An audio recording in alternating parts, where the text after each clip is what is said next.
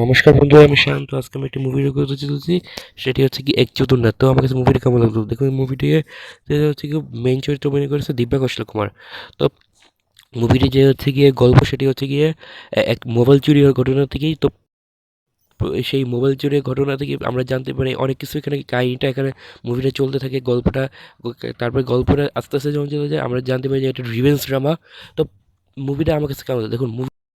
মুভিটা একটা সেকেন্ডে বোরিং করে দিতে পারে। তো মুভিটা প্রত্যেকটা টাইমই আপনাকে বসিয়ে রাখবে, এমনভাবে তৈরি করা হয়েছে। তো এই ক্ষেত্রে মুভিটাকে অবশ্যই অনেক ভালো বলেছে যে মুভিটার স্টোরি বিল্ড আপ। আর মুভিটি কমেডিগুলো মারাত্মক ছিল। কমেডি সিনগুলো দেখতে খুবই ভালো লেগেছে। এক সেটা বলার নেই। তাছাড়া দিব্যা কৃষ্ণ কুমার, তার অ্যাক্টিং টপ নোজ হয়েছে এখানে, টপ নোজ। যেহেতু এখানে মেইন রোল, মানে লিড ক্যারেক্টার।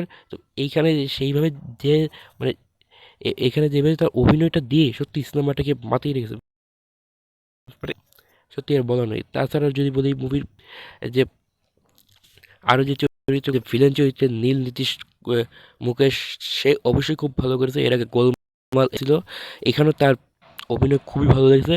ভিলেন চরিত্রে পারফেক্ট ছিল। তো আর তাছাড়া যে পুলিশ চরিত্রে সুশান্ত সিং, সেও অবশ্যই খুব ভালো অভিনয় করেছে।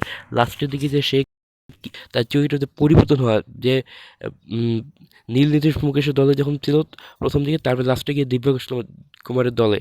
তো এইভাবে যে তৈরি করেছে, সত্যি খুব ভালো। আর মুভিটা যে সবচেয়ে ভালো লেগেছে ক্লাইম্যাক্স। এত মানে এমন ক্লাইম্যাক্স যে সত্যি মানে বলবার নয়।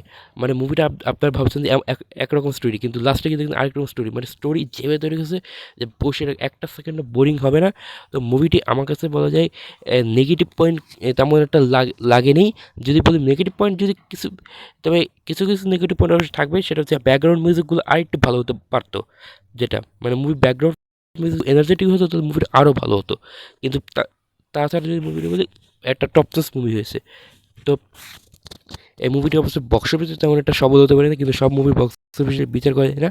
এই মুভিটি আমার কাছে তো খুবই ভালো লেগেছে। আপনার কাছে কেমন লেগেছে অবশ্যই চ্যানেলটি নতুন, প্লিজ লাইক কমেন্ট সাবস্ক্রাইব করে অবশ্যই পাশে থাকবেন। তো এখন তো পাই।